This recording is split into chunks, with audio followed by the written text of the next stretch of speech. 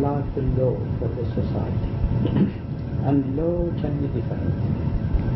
And people may obey the law not because they like it or they believe in it, but because they fear from the punishment. Fear from the punishment. So that cannot be taken as a criterion for the religiosity. Though we know that in the past, people were perhaps practicing better than the present, but that should not be taken. You see, for example, Imam Ghazali, he has written a whole 8-volume book on the Ihya Ulumuddin, you see, the revival of the religious sciences. He is a grand mufti from the 5th century, okay? An Iranian, a theologian, a mystic, a faqih, and really his credentials are more than to be mentioned here. But at the end, he was a professor in Dar al Hikkmah in Baghdad, and he was himself a pupil of Imam al-Haramain, and then he became, as I said, a master of theology and fiqh in Dar al Baghdad, and he trained many students and so on. But he was a very...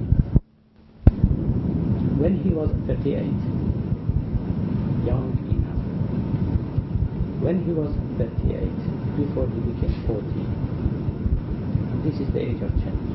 And those of you who are above 40, so you have to despair, because no change would ever happen to you. But those who are below 40, so you must be very hopeful and very mindful. And this I say very seriously, actually. And those who really want a change, and a change has to happen in the life of the individual, that usually comes when you are under 40. And these big changes, such as the changes took place in the heart and the soul of Ghazali, or even Rumi, he was also 38. And as you know, the Prophet also was 38, according to some records, or according to some other records, he was 40. But anyway, that is the time of change. And if you go above that, then, as you said, it is hopeless altogether. Now, pardon? Don't try with us. No, but they are youngsters here among the audience. This is not addressed to you. Okay. I mean, ladies usually never get over 40, so that is for sure. Okay, I mean, he was 38, and as you know, he was taken by a very serious experience. He actually challenged himself very, very severely, and the challenge is there, and he has recorded it and reported it to us in his book, Al-Munqidh min al-Talaq. Those of you who read Arabic or English or French, whatever, because the book now is in English, in French, and the original is in Arabic, the deliverance from misguidedness, something like Al-Munqidh min al-Talaq. So he tells us the book is one of the final books that he has written when he was maybe 53, 54, because he lived only 55 years. And so he tells us the story of his intellectual life, if you like, his autobiography. And he says that for a whole 6 months he was ill, he was sick, challenging himself. He said that doctors, physicians used to come to me, to cure me, to treat me. They did not know my real illness. I was aware of what was going on in my heart, in my mind. The main question was this for him: am I a religious man? Is this the religious life that I am leading? That was really his main question. And since he was a sensitive person and he took it seriously, this kind of question usually comes to mind during the life of every individual. But we usually ignore them, do not pay much attention to them. He was serious and sensitive enough to take the question seriously. He was, I mean, by all means, a very, very happy man. He was a professor, he was very close to Khilafat, to to the Sultan.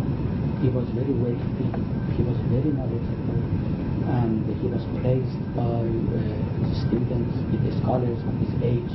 He had very good students, he had very good masters and teachers. So, I mean, in every respect, and by any standard, any criterion, he was a prominent, a very happy, lucky man. And none of these actually satisfied me. And none of them actually were the answer to this question. Was his life a religious way of living? Teaching fiqh, teaching kalam, theology, and teaching usul al-fiqh, living in a so-called or apparently a religious society, training students in fiqh and kalam, and I mean, helping the Khalifa and so on and so forth. None of these actually were answered to this question. And finally, after 6 months illness, he decided to leave the place because he come to the conclusion that staying in Baghdad and having the same job and going to the Nizamiyeh and teaching there and being in the same milieu among the same people, among the same students and teachers and so on, would be of no avail, and will not solve his problem. So, I mean, in disguise, because everybody knew him, though he did not live in the age of pictures, images, and information. Nevertheless, people knew him. He was a very reputable man. So, in disguise, actually, he left Baghdad to Syria, and he stayed there for about 10 years in order to rebuild his personality. To revise his mind and the content of his mind, and really to challenge himself, to criticize himself, and to reach the clear conclusion that what was the correct way of leading a religious life.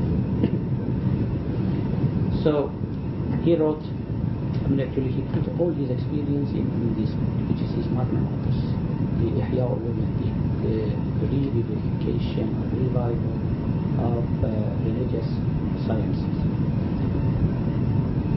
The story of the book is very lengthy. What actually is relevant to our discussion is this, that one of the main conclusions that he came to was this, that fiqh, the element fiqh, is actually suffocating before religious sciences. That is one of his main ideas. That putting more and much emphasis on fiqh not only does not revive Islam, does not give a new life to Islam, but on the contrary, will lead to its suffocation, its death. And in order to revive it, in order to give it a revival, one has to perhaps rescue it, you see, from the hands and the claws of fiqh, if you like. So that was really what he did. And that is the main message of his Ihya al-Ulumuddin. There actually he says, he mentions, and he admits that the schools of fiqh is flourishing everywhere in the whole Islamic civilization, all over the Islamic civilization. And he does not take it as a criterion for the religiosity of the people of his time. You see? He doesn't take it, though he is one of the fuqaha himself. He was one of the professors of the fiqh in the Nizamiyeh Baghdad, and he did a lot, and he wrote a lot about this. Nevertheless, quite sincerely, he came to the remarkable conclusion that was not a sign of the life of Islam. On the contrary, it was an evidence, an indication that perhaps Islam as a whole was experiencing death under the weight of faith, under the weight of the fuqaha. You know, the whole book, in every corner of the book actually you will find how to put it, the kind of hostility towards faith. He was not